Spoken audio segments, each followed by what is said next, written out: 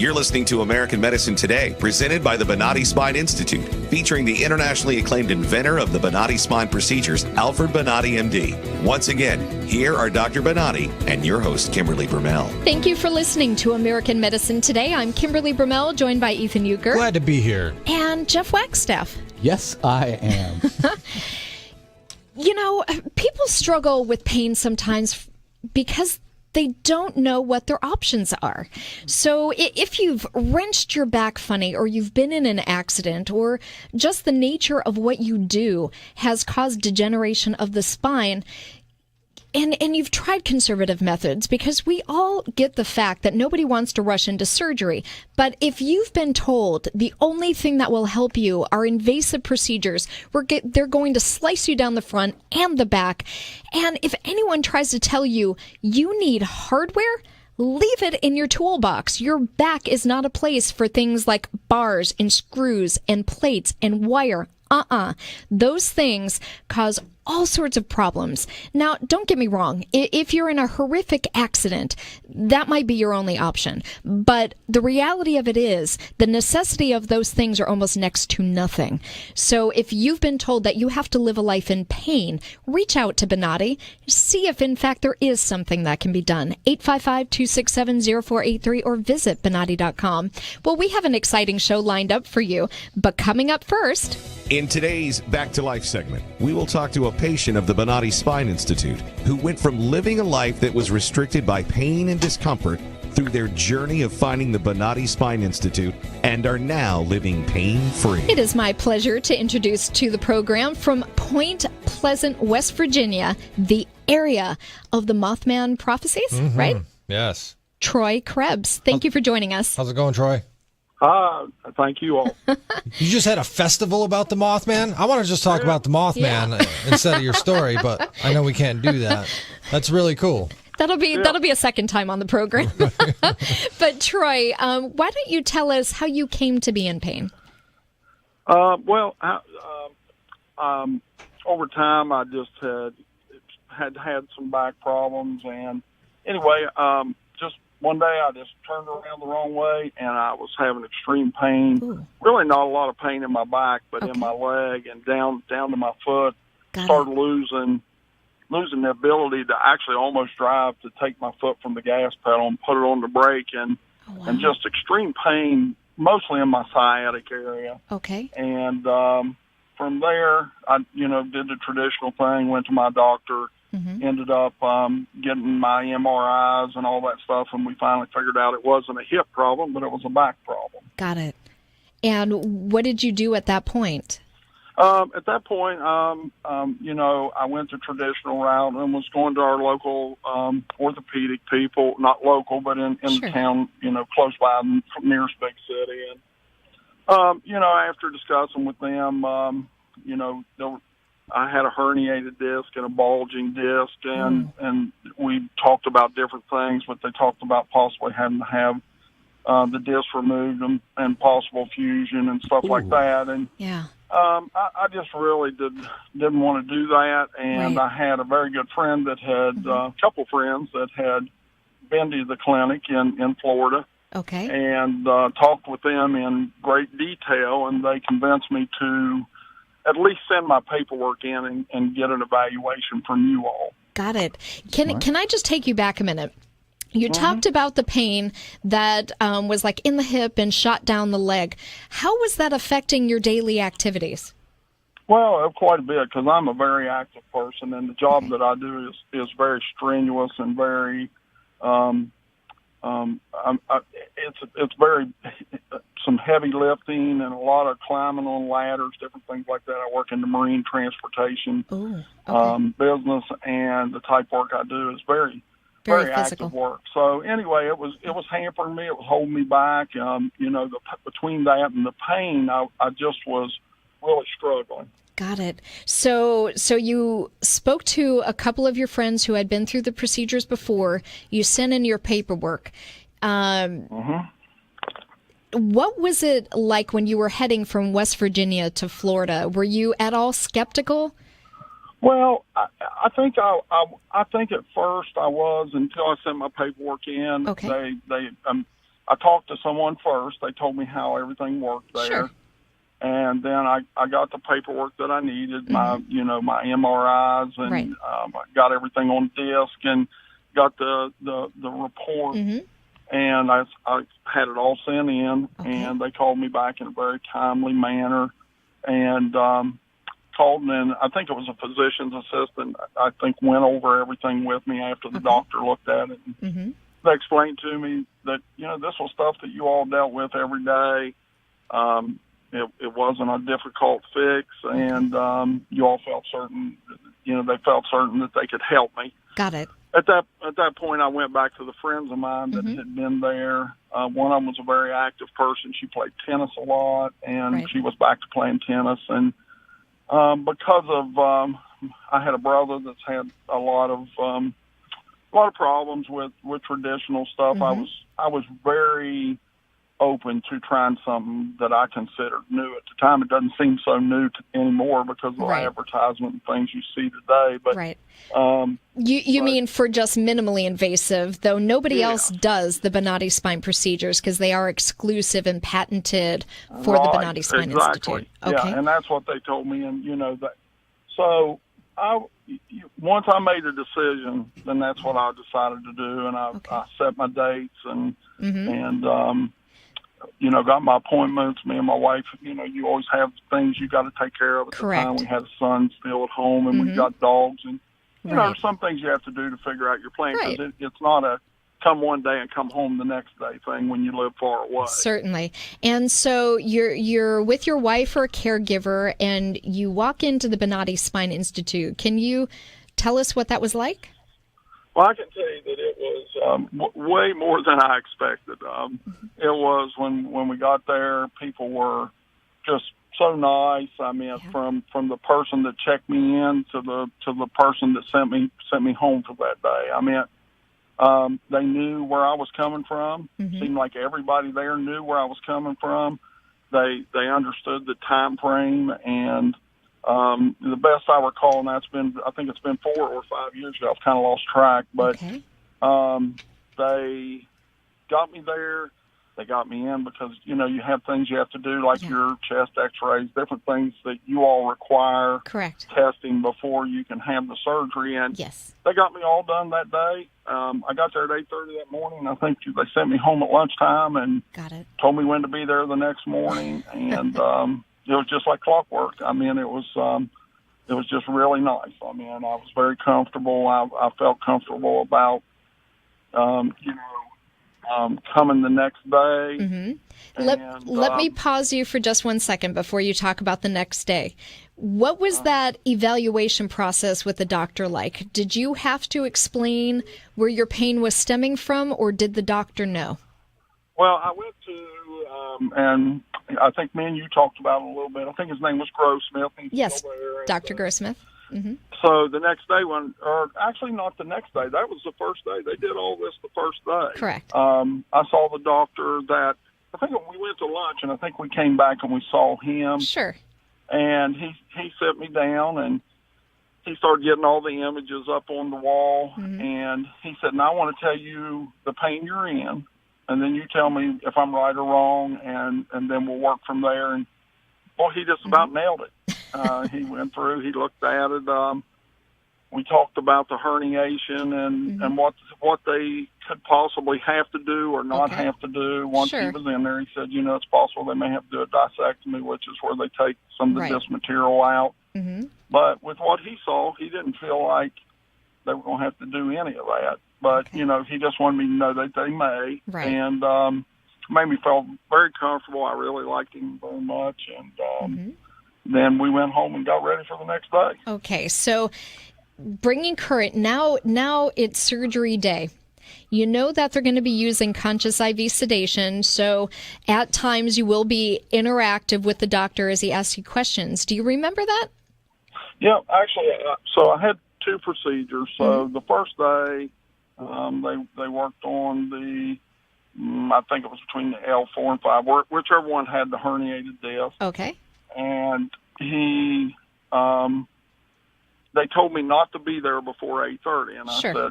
I said, okay, well, I'll make sure I'm here in plenty of time. They said, no, we don't want you here before 8:30, and I said, well, why not? And they said, no sense coming here and getting all uptight.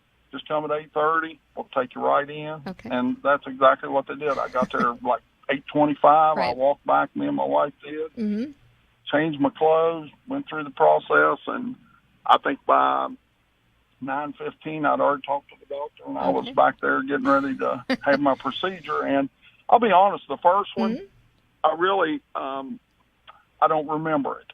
That's okay. I just woke up and was sitting in a chair and was in the kind of recovery room, and they was asking me what I wanted to drink. Sure. And I recover really quick once they turn the whatever it is they give you off. And what was the second surgery like? Do you remember them asking? Second surgery, they actually, yes, I remember very much because the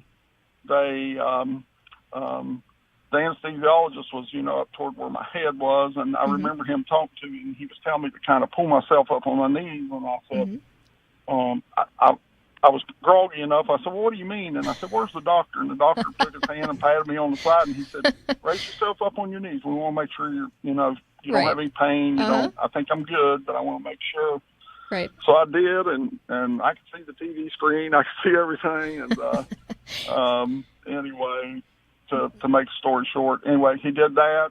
I said everything felt great, and laid back down. And, they closed everything up, and I was back in the room, and, was very surprised even after the first surgery. And, of course, second surgery, you knew more what to expect. But, the first one, I was really surprised when they said, I said, what do I need to do tonight? And they said, walk 40 minutes. Right. And I said, what do you mean? He said, walk 40 minutes. I don't care if you walk 4 minutes 10 times or if you walk, he said, be active. Just walk. Yes. And that's what I did. And after the first surgery, the loss of strength in my leg was instantly back. Okay, meaning you gained your strength back? I gained, yeah. Oh, okay. Now, I still had a little pain in my hip. Yes. And it was more like a toothache pain. Even the pain before was extreme toothache pain, but that all over time went away, and he told me, he said the inflammation, it'll take a little time for that to go away, but I really felt good when I came out, and I could pick my leg up. I could put a pair of shorts on by standing up and just picking my leg up. I mean, all that came back. And fast forward to now, how are you doing? Well, it's been, like I say, I've lost track of time. I can't remember if it's been 4 or 5 years. And it took me the doctor told me when I left, he said, every week you're going to go, whoa, man, I feel a little better. Right. And he said, you may say that for up to a year. Okay. And, I did what they told me. I walk all the time. I still walk a lot. I'm a big guy. I'm about 6'4", and a 250-pound big guy. And walking is the main thing. And I ride extreme dirt bikes. I started doing that again. I was a little nervous about it at first. I can remember going the first time, which was I waited about 6 months. He told me I didn't need to wait that long, but he told they even I'm not a young guy, but I'm not an old guy. Okay. And, my wife suggested that maybe I shouldn't do that, but anyway, I'm back to riding. You're back to riding, which I know takes a lot of physical effort. To hold on. You're going over bumps, so. Very physical type activity. Very physical. All right. I play golf, and my job is very physical, and I do anything and everything I want to do. Fantastic. That's what we want to know. Yes. I'm sorry. You kind of get those stories stretched out whenever you're talking about them. Oh, no. That we love to hear that patients regain their strength, they get back in motion, and they're back to the activities that they love. Yep. So we hope that you share more of your photos with us, because we would love to see more of those photos back with you on the dirt bike. Okay. Yep. I couldn't. I don't know why I couldn't. Where I was at yesterday, I just couldn't find very many. That one I sent you was the only one I could find. But I was on top of the world. I was on top of the world in that picture. That was about 13,000 feet up. Oh, well, we appreciate it. Thank you so much for taking your time out of your day to share your story of recovery. Thank you all. Thanks, you. Troy. Continued good health. Thank you very much. Bye-bye. Bye. Bye-bye. If you or someone you know suffering with that same type of agonizing pain, reach out to Bonati, 855-267-0483, or visit Bonati.com. Coming up after the break, you'll hear more exciting news. Revolutionary in his field, Dr. Bonati created, perfected, and patented the Bonati Spine procedures. Using his genius, Bonati invented precise tools necessary to minimize surgery, scarring, anesthesia, and recovery. So successful are the Bonati Spine procedures, they consistently reflect over 94% patient satisfaction. 45,000 successful procedures have been performed exclusively at our location. Nearly half our patients suffer from failed back and neck surgeries at other facilities. Bonati succeeds where others fail.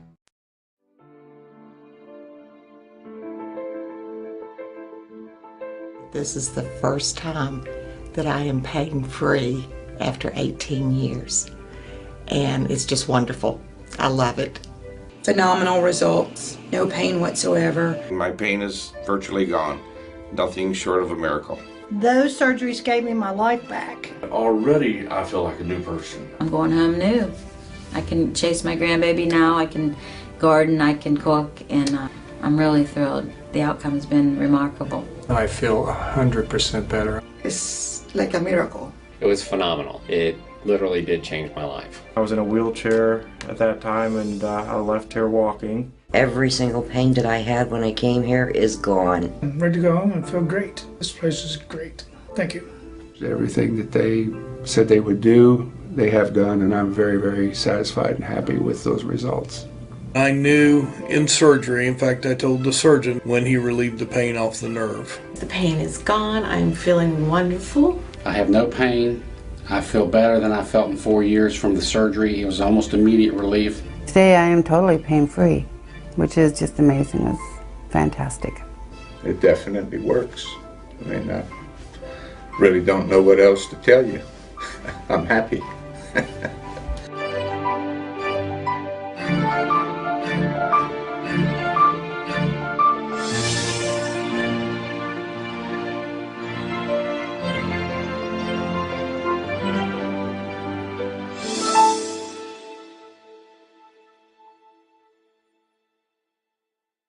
Revolutionary in his field, Dr. Bonati created, perfected, and patented the Bonati Spine procedures. Using his genius, Bonati invented precise tools necessary to minimize surgery, scarring, anesthesia, and recovery. So successful are the Bonati Spine procedures, they consistently reflect over 94% patient satisfaction. 45,000 successful procedures have been performed exclusively at our location. Nearly half our patients suffer from failed back and neck surgeries at other facilities. Bonati succeeds where others fail. You're listening to American Medicine Today, presented by the Bonati Spine Institute, featuring the internationally acclaimed inventor of the Bonati Spine procedures, Alfred Bonati, MD. Once again, here are Dr. Bonati and your host, Kimberly Brumell. Thank you for joining us on American Medicine Today. I'm Kimberly Brumell, joined by Ethan Euchre. Always happy to be here. All right, pop quiz. What has more germs, the toilet bowl or your cell phone? The answer might surprise you. And joining us to discuss it is Dr. Miriam Warman, an award-winning professor of biology at William Patterson University in New Jersey, and author of the handbook, Surviving a Germ-Filled World. Thank you for joining us, Dr. Warman. Thank you so much for having me. Now, Yes. Miriam, I'm assuming, just knowing this topic, that you're going to tell me my cell phone is dirtier than a toilet seat, aren't you? Yeah. Well, your cell phone has a lot of your own germs because it's probably one of the most personal items you own. Consider this. For many people, the cell phone is the first thing they touch in the morning and the last thing they touch at night. True. And a lot of people are taking it into the bathroom with them and then bringing it right to the dinner table. Ooh. So that's something to think about. Yeah, every time I go into a public restroom, sometimes I'll It's hear in hand. boop, boop, beep, boop. People are playing games while they're dropping the deuce in the next stall. It's like, why do you have your phone in there with you? Yeah. When you're doing that. Yeah. But yeah, I mean, people should not be taking their phones into the restroom, but people clearly are. I think it's becoming more and more common because people are reluctant to put it down even for a minute. And some of my own students have said, if my phone were really waterproof, I would take it into the shower with me too, because they don't want to miss a thing. So it's become like an extension of your hand, and we know that hands have germs. Right. So of course, cell phones are going to be loaded with germs. Right, but unlike hands that are being washed or sanitized. Now, I'm a germaphobe, so I take sanitizer and I'm constantly wiping off my phone.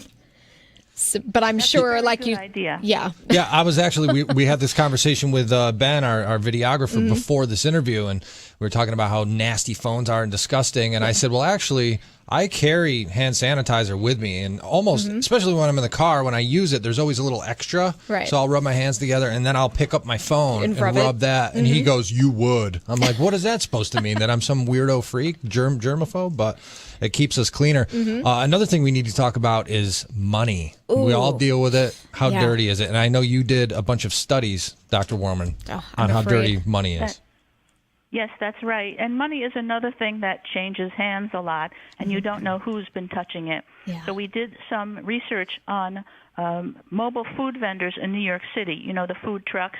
Yes. And we, first of all, we observed to see if the food workers were doing what they're supposed to be doing, which is changing gloves after handling money before they handle your food. I've never seen that happen. Out of almost 500 observations, there were only 7 glove changes. 7 out of More 500? than 98% of the time, they're not doing what they're supposed to be doing. I was going to say, you know, when you mentioned that, and I have bought from those food vendors in New York City, and I've never seen them change a pair of gloves. Oh, no, they definitely don't. But no. But really, if you think about it, I mean, not even just food trucks. Yeah. I've been to the movie theater where, they go back The tickets and the money. they put a hot dog in a bun and they come out and then they take your money. Yeah. So it's like it completely defeats the purpose of wearing gloves in the first place if you're then going to handle money and then handle food again. It's disgusting. That's so true. Gloves are being misused. And then we tested the money. We brought money back from these carts, and about 2/3 of the dollar bills were contaminated with all sorts of microbes, including coliform bacteria. So we made that link between the germs and the food handler's gloves. And that is kind of scary because, you're being exposed to things that can really make you sick. And that's like E. coli, right? The coliform or whatever you said? Wow. That's right, exactly. So that can make you really ill. Ooh. Okay, can you describe the filthy 5 for us? Yes, well, there are unfortunately a lot more than 5 filthy things that you might encounter in your daily life. Any surface that other people are touching could increase your risk of getting sick. You can get infectious diseases from people's hands. They touch items. So the high-risk places in the public area would be doorknobs and handrails and sinks in public restrooms, and also money and cell phones and other people's hands. So when you have a good, hearty handshake, you're exchanging lots of germs. Okay, now we heard that Howie Mandel is a complete germaphobe, where he doesn't like to shake hands. So what does he do, like a fist bump? I think he does the fist bump, yeah. What are some ways that you can politely try to avoid that awkward handshake thing? That might be an issue in some circles because there are people who really are germaphobes. Sure. I myself, I do shake hands. Yes. And I do it just being aware that I have now shaken somebody's hands, and later I'm going to wash my hands with soap before I eat or before I touch my eyes or my face. Got it. That is a very logical and that's a very healthy approach because we can't always avoid the handshake. Now, Howie is correct, and there is a research that shows that a fist bump exchanges about 1/10 the amount of germs as a full handshake. So there is certainly validity to his approach. But I think that it would be very difficult to change our society and the importance of the handshake socially and professionally. And so given that, if you have to shake hands, then just be aware and then go wash your hands when you can. I just would imagine people being aware. I know what I would do if after I shook somebody's hand. I'd probably walk around like there was, something nasty on it, and I would just look, it'd be apparent on my face that, I just shook your hand and now there's germs on my hands. But yeah, I think maybe just keeping hand sanitizer on you would probably help. I've met certain celebrities a lot of times that in addition to Howie Mandel, that don't like to shake hands. I know one of them was Ian Anderson from Jethro Tull, but he's a flute player, so I think somebody crushed his hand one time. Oh. Yeah, so he has to keep his hand. But what he does is he rubs elbows. Oh, how funny. And he even had a tour called the Rubbing Elbows Tour. So, that's another option. There's some other interesting things in your book as well, Miriam. Something called the yuck factor. Tell us about that.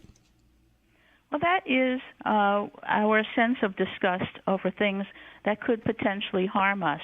And in certain respects, it's inborn, but it also has to be taught. So when children are small, they don't really know the things that they shouldn't touch, like their own bodily waste, for instance. And so parents, of course, show the children, oh, that's yucky, and don't touch that, and, the dirty diaper goes in the garbage can, and so on. So that is something that is learned, and is a way that we keep ourselves healthy. We avoid things that smell bad. We avoid spoiled food. We avoid blood and gore, and those are things that could also conduct disease and can make us sick. Right. So those are very healthy reactions that we have in our environment that help keep us healthy. Yeah. I forget at what age I started doing this, but if you do use the restroom, you wash your hands so you feel clean, and then you have to touch the doorknob. I always use a tissue. A tissue, a towel, or try to maneuver it with like a closed fist or the back of my hand, something so I can avoid really I touching those things. I yell at my wife all the time, not yell at her, but I'll be like, like escalators and just railings. I'm like, don't touch that. You know how filthy those are? Especially at the airport. Oh. And you talk here about when you travel, you're exposed to so many germs, because now it's not even, within your country. You have people traveling worldwide. Nastiness from all over the globe. So what are some of the things you can do to avoid picking up any yuck that's at the airports? Well, inside the airplane, they turn around these airplanes so quickly now between flights that they don't disinfect and they don't cleanse the surfaces. So if you can pack a small bottle of some alcohol or some wipes, it's a good idea to wipe off the armrests and where your head will be touching and the tray table, because all sorts of things go on that tray table that you don't even want to know about. And I discuss some of them in my book. But traveling does pose a particular risks because people are coming and going from all different corners of the world. So in the handbook, I have handy lists of things that you can do to reduce your risk, various tips to help keep you healthy when you're traveling, and just also to be aware and to continue the proper hand washing behavior that you should also be observing at home, not only when you're traveling, but all the time. If you get in the habit of good hand washing and appropriate hand washing, then that's going to keep you healthier. All right. Well, thank you so much. Dr. Miriam Warman, award-winning professor of biology at William Patterson University in New Jersey and author of the handbook Surviving a Germ-Filled World. Thank you for joining us on the program. Thank you for having me. It's been a pleasure. All right. Bye-bye. Have a good one. Bye-bye. You're listening to American Medicine Today. Make sure you stay tuned, because up next, you'll hear more.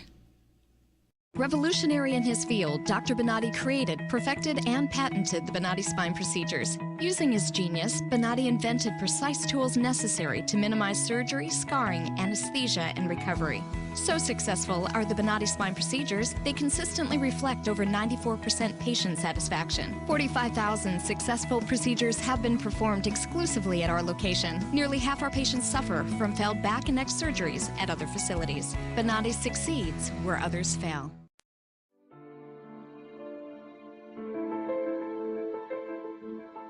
This is the first time that I am pain-free after 18 years.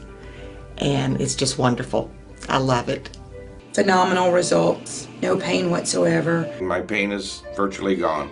Nothing short of a miracle. Those surgeries gave me my life back. Already, I feel like a new person. I'm going home new.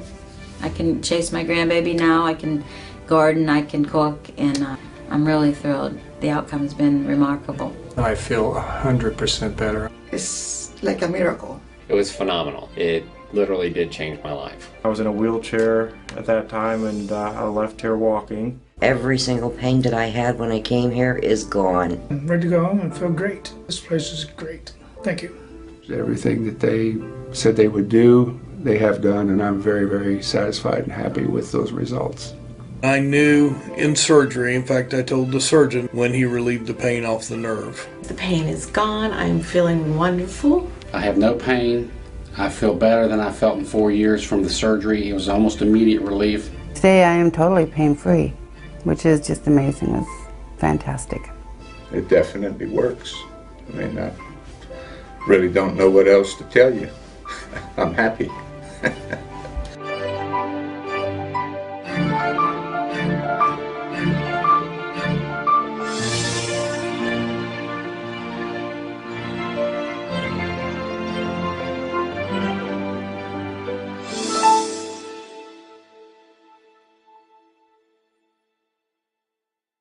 Revolutionary in his field, Dr. Bonati created, perfected, and patented the Bonati Spine procedures. Using his genius, Bonati invented precise tools necessary to minimize surgery, scarring, anesthesia, and recovery. So successful are the Bonati Spine procedures, they consistently reflect over 94% patient satisfaction. 45,000 successful procedures have been performed exclusively at our location. Nearly half our patients suffer from failed back and neck surgeries at other facilities. Bonati succeeds where others fail.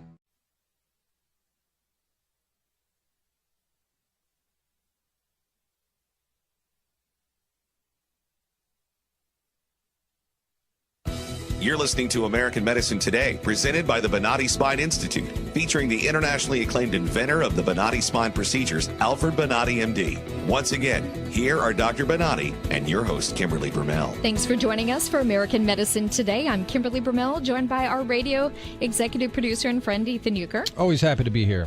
Well, we're here with Dr. Jeff Kane, founder of the Sutter Cancer Center in California and author of The Healing Healthcare: How Doctors and Patients Can Heal Our Sick System. Mm-hmm. This is so important, Dr. Kane, because we're seeing more and more that doctors are having to take on a more business-like mind versus really having the bedside manner that we've all come to appreciate.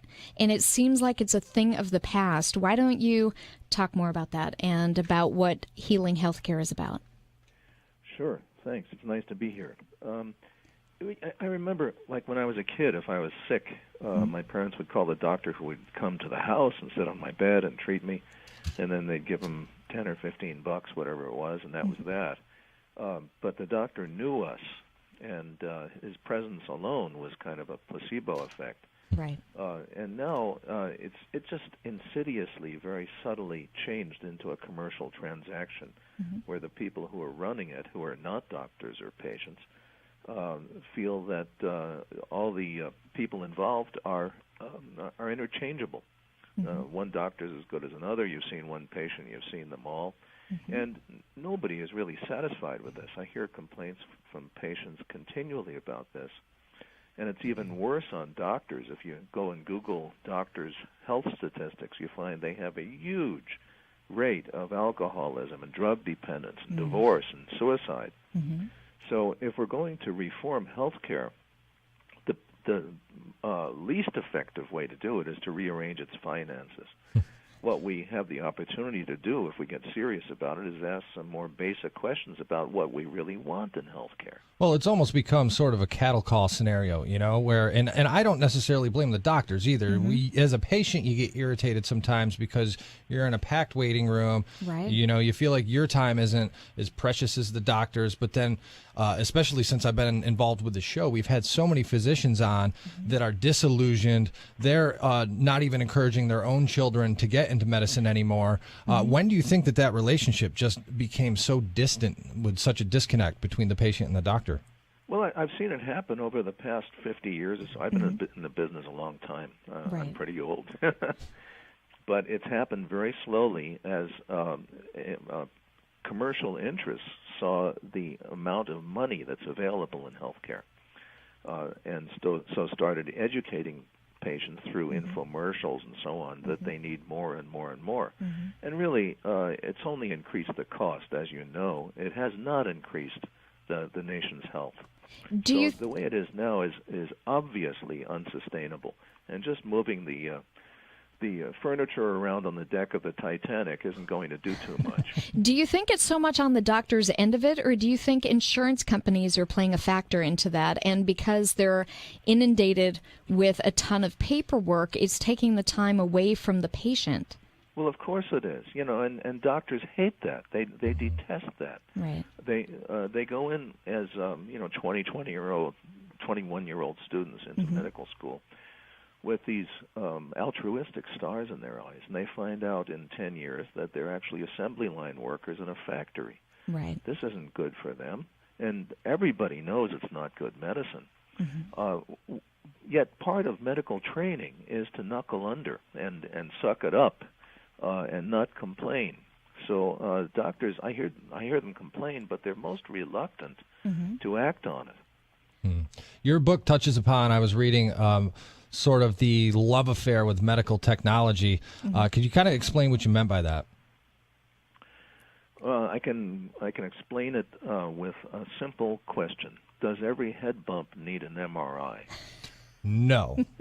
So what you're saying is common sense. I've had a lot of those too, and Yeah, and if you get a head bump and you get an adequate history and physical, and you trust your doctor, you do not need an MRI. But if you get an inadequate history and physical, and you don't trust the doctor because you never met the doctor, then an MRI might keep the lawyers away. Well, I was just going to bring that up. What about malpractice and what you call defensive medicine? Well, I work in a hospital where the corporation's lawyers visited us every year and gave us a free lunch and told us how to avoid malpractice suits. What they said was, you can expect to make mistakes. Everybody makes mistakes. Sure. But you will not get sued if you have a close relationship with your patient. You won't get sued.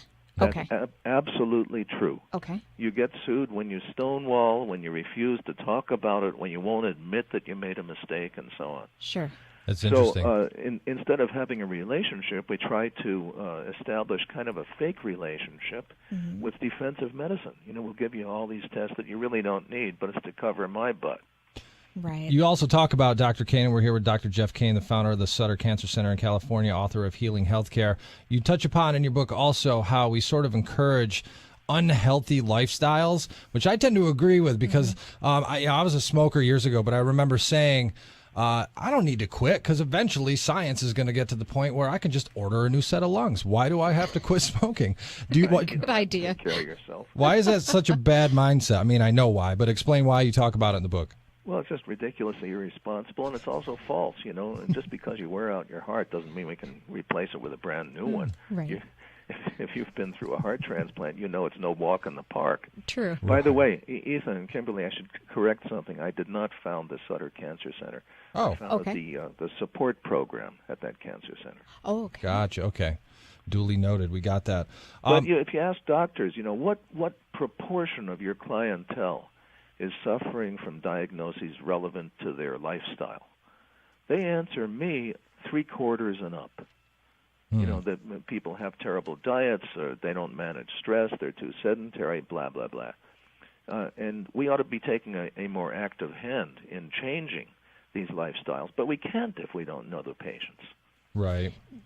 Forgive me if I step on your toes for a minute, but I have to ask because there's a lot of discussion about Obamacare. Do you think that's playing any factor into this subject that we're talking about right now? Because when the bottom dollar is what's at stake, and they're having to filter more people through the system because Obamacare is paying less and less to the doctors.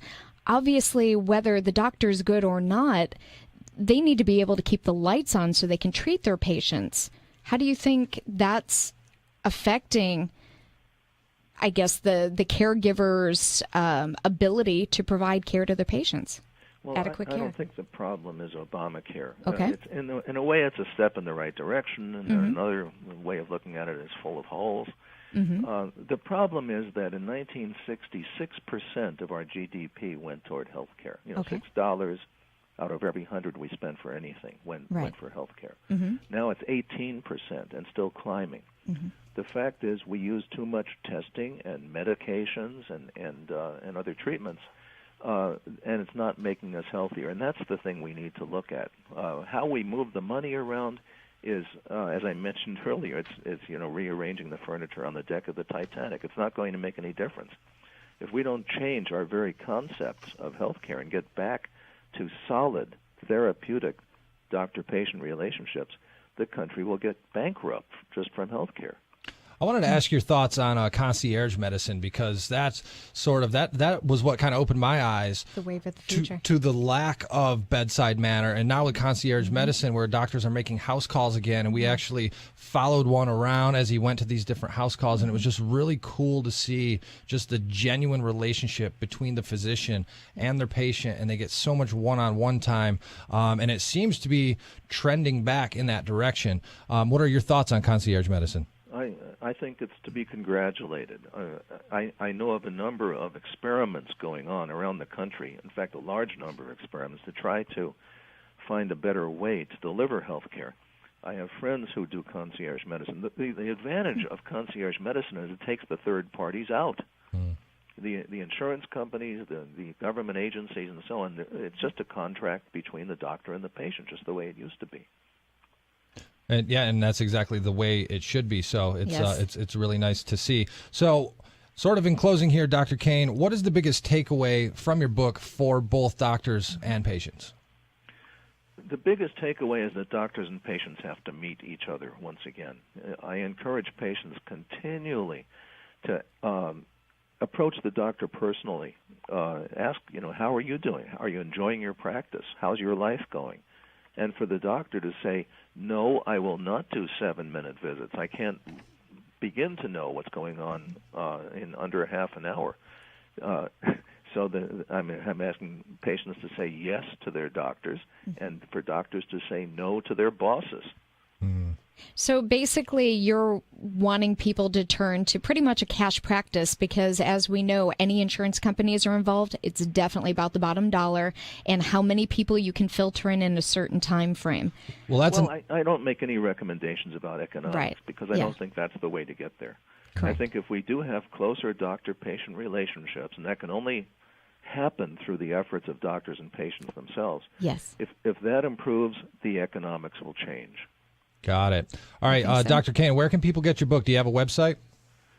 They can go to healinghealthcarebook.com or Amazon or Kindle. It's out there. All right. Okay, perfect. Thank you so much, Dr. Jeff Kane, talking about something very important, founder of the support program at the Sutter Cancer Center in California and author of Healing Healthcare, How Doctors and Patients Can Heal Our Sick System. Thanks for the conversation. I enjoyed it. Absolutely. It was great, Dr. Kane. Take care. Have a great day, sir. Bye-bye. All right. You're listening to American Medicine Today. If you or someone you know is suffering with neck, back, or sciatic pain, reach out to the Bonati Spine Institute. You can do so at 855-267-0482, or you can visit Bonati.com. Coming up after the break, you'll hear more. Make sure you stay tuned. Revolutionary in his field, Dr. Bonati created, perfected, and patented the Bonati Spine procedures. Using his genius, Bonati invented precise tools necessary to minimize surgery, scarring, anesthesia, and recovery. So successful are the Bonati Spine procedures, they consistently reflect over 94% patient satisfaction. 45,000 successful procedures have been performed exclusively at our location. Nearly half our patients suffer from failed back and neck surgeries at other facilities. Bonati succeeds where others fail.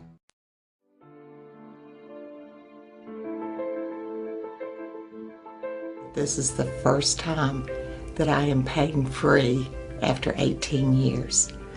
And it's just wonderful. I love it. Phenomenal results. No pain whatsoever. My pain is virtually gone. Nothing short of a miracle. Those surgeries gave me my life back. Already, I feel like a new person. I'm going home new. I can chase my grandbaby now. I can garden. I can cook. And I'm really thrilled. The outcome has been remarkable. I feel 100% better. It's like a miracle. It was phenomenal. It literally did change my life. I was in a wheelchair at that time, and I left here walking. Every single pain that I had when I came here is gone. I'm ready to go home and feel great. This place is great. Thank you. Everything that they said they would do, they have done, and I'm very, very satisfied and happy with those results. I knew in surgery, in fact, I told the surgeon when he relieved the pain off the nerve. The pain is gone. I'm feeling wonderful. I have no pain. I feel better than I felt in 4 years from the surgery. It was almost immediate relief. Today I am totally pain-free, which is just amazing. It's fantastic.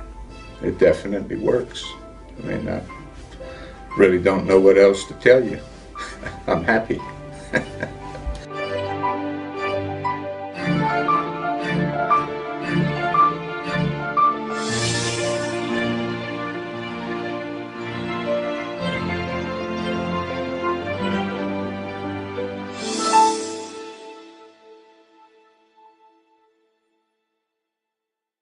Revolutionary in his field, Dr. Bonati created, perfected, and patented the Bonati Spine procedures. Using his genius, Bonati invented precise tools necessary to minimize surgery, scarring, anesthesia, and recovery. So successful are the Bonati Spine procedures, they consistently reflect over 94% patient satisfaction. 45,000 successful procedures have been performed exclusively at our location. Nearly half our patients suffer from failed back and neck surgeries at other facilities. Bonati succeeds where others fail. Listening to American Medicine Today, presented by the Bonati Spine Institute, featuring the internationally acclaimed inventor of the Bonati Spine procedures, Alfred Bonati, MD. Once again, here are Dr. Bonati and your host, Kimberly Brumell. Thank you for listening to American Medicine Today. I'm Kimberly Brumell, joined by my friends Ethan Euchre. Happy to be here. Jeff Wagstaff. Thank you for having me, Kimberly. And world-renowned orthopedic surgeon, Dr. Alfred Bonati of the Bonati Spine Institute. And you're welcome, Jeff. Let's look at what's new in medicine today, featuring Alfred Bonati, MD. Thanks, Doc. What's going on, Doc? We have these ongoing scandals, right? Is this about the VA? Yeah, we under Obama administration. What's new? Exactly. Maybe it should have been a Barack's crop. Yes. But why don't you get right into it? What has happened in the 2 years since we brought this veteran scandal to the forefront? Well, 2 years ago, we practically initiate the comments about what was going on with the Veterans Administration. From that time on, we have a tremendous amount of exposure on the politicians. They come and go and talk about everything that they are going to do for the vets. 2 years after, nothing is being done. Correct. The worst part of it is that is a tremendous amount of vets that they are committing suicide every single day. If I recall closer, I think around 22 veterans are dead. That's what they're saying. Yeah, there's a whole social media campaign called #22kills to honor that. So yeah, 22 a day. What is really amazing is that the population of the country is not up in arms. I just feel that something really wrong with the country. I think the country is becoming self-serving, totally selfish, and they give a damn about everybody else. Right. These poor people are being treated totally unfair, and we owe them practically our lives and our security, our freedom. And I know that everybody talks about this one, freedom and life, and thank you for your service. Sounds to me so hypocritical, and it's very much a political type of behavior. I am a Trump supporter, because I think the man has heart, and I think the man is really committed to help the country. Doesn't need to do this. Sure. Okay? And if they bother him too much, he goes and buy his own country if he wants. So you're a deplorable. Yeah. According to Hillary Clinton. More than deplorable. Despicable. Is there a basket big enough? Oh, they call me despicable anyway. Don't worry about it. Now, one of the things that I do believe is we need to start to think how we're going to correct this. And the only way that I always say at the very beginning that needs to be corrected is with sending a message to the country that the vets are very special, they need to be treated with respect and special, and they need to be treated in a certain way that they don't need to go begging for service. Correct. Every physician in the country should donate some time. They don't need too much. They just need to assign 1 hour of their service to treat the vets that they appear in their offices, and schedule and say, okay, I'm going to see 1 hour of these individuals and donate that time. You don't need to be a specialist. You need to be a physician, and then you can triage these people and say, okay, these people need a psychiatric care, and then the societies, the medical societies, I hate to say American Medical Association because it's a total disservice to medicine. Yes. But I'm talking about create a system where the physician will create a service for the vets and remove the vets from the VA hospitals. The hospitals also, they should assign certain time of service. You are a vet, you walk there, you're being served, period. But here's the problem. I know you've brought up that, you know, the VA is run by governmental bureaucrats. Why is it they don't have anyone from the military currently serving on the administration of the VA, and perhaps things would run more smoothly?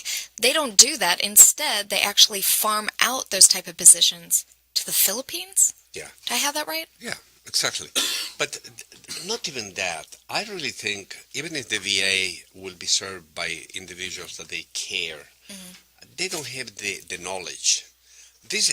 We have a tremendous good health care in the nation, despite the damage that Obama can do and continue doing it to the health care. But still we have a good health care.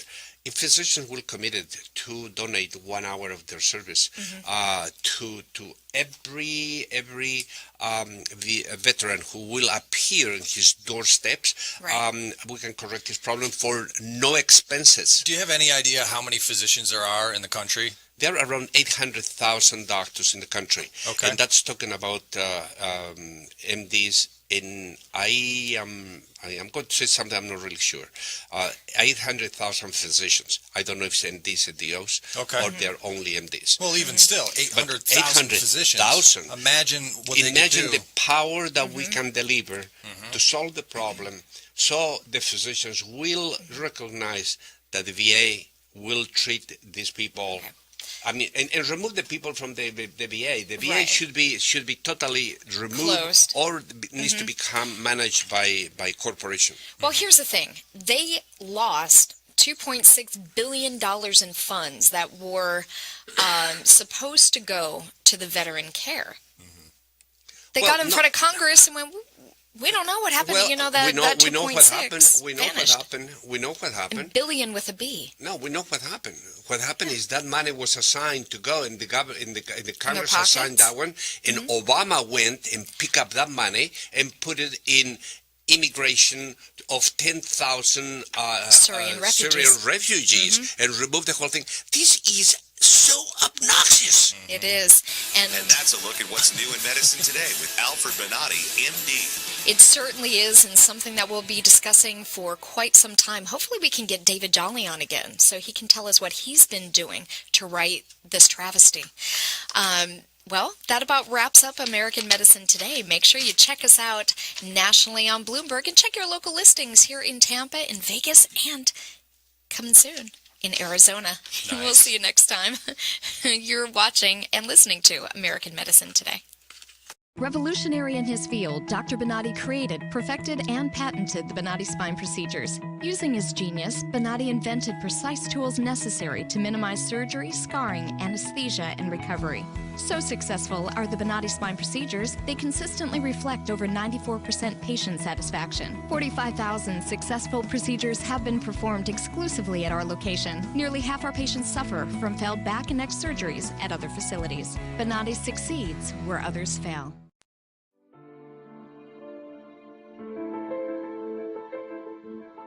This is the first time that I am pain-free after 18 years. And it's just wonderful. I love it. Phenomenal results. No pain whatsoever. My pain is virtually gone.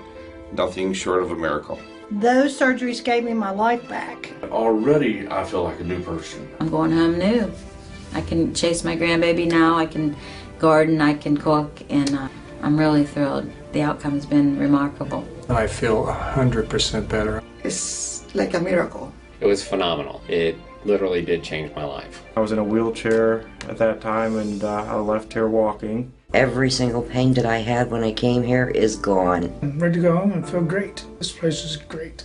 Thank you. Everything that they said they would do, they have done, and I'm very, very satisfied and happy with those results. I knew in surgery, in fact, I told the surgeon when he relieved the pain off the nerve. The pain is gone. I'm feeling wonderful. I have no pain. I feel better than I felt in 4 years from the surgery. It was almost immediate relief. Today I am totally pain-free, which is just amazing. It's fantastic. It definitely works. I mean, I really don't know what else to tell you. I'm happy.